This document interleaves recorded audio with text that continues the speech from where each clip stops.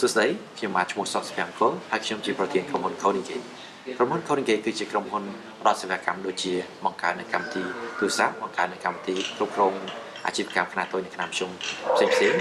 លើពីនេះទៅទៀតក្រុមហ៊ុន Coding Gate គឺជាក្រុមហ៊ុនដែលផ្ដល់ឱកាសការងារដល់យុវជនដើម្បីបង្កើននូវសមត្ថភាពផ្នែកបច្ចេកវិទ្យាដើម្បីបង្កើននូវដំណោះស្រាយផ្សេងៗដើម្បីដោះស្រាយនៅក្នុងបញ្ហាសង្គមនិងអាជីវកម្មនៅក្នុងស្រុកនិងក្រៅស្រុក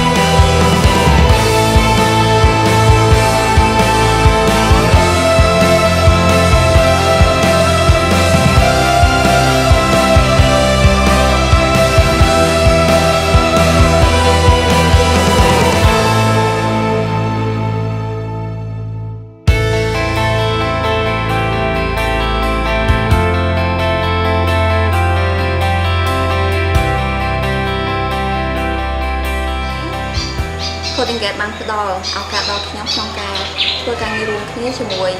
ធីមក្រៅប្រទេសដែលខ្ញុំធ្វើការសិក្សាស្វែងយល់ពីរបៀបរបបធ្វើការងាររបស់ពួកគាត់ដូចជាការទំនាក់ទំនងការគ្រប់គ្រងពេលវេលាខ្លួនឯងនិងការងារការរកដំណោះស្រាយក្នុងការដោះស្រាយបញ្ហាដែលយើងបានជួបប្រទះជាដើម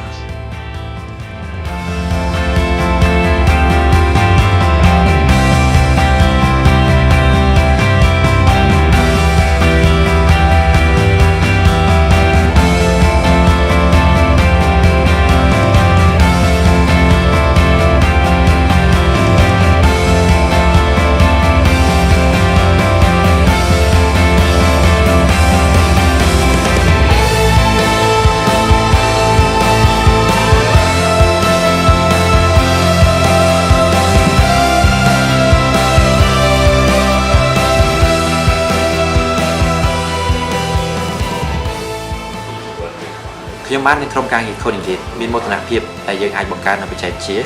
ដើម្បីជួយសម្រួលក្នុងការគ្រប់គ្រងអាជីវកម្មនៅក្នុងស្រុកនិងក្រៅស្រុក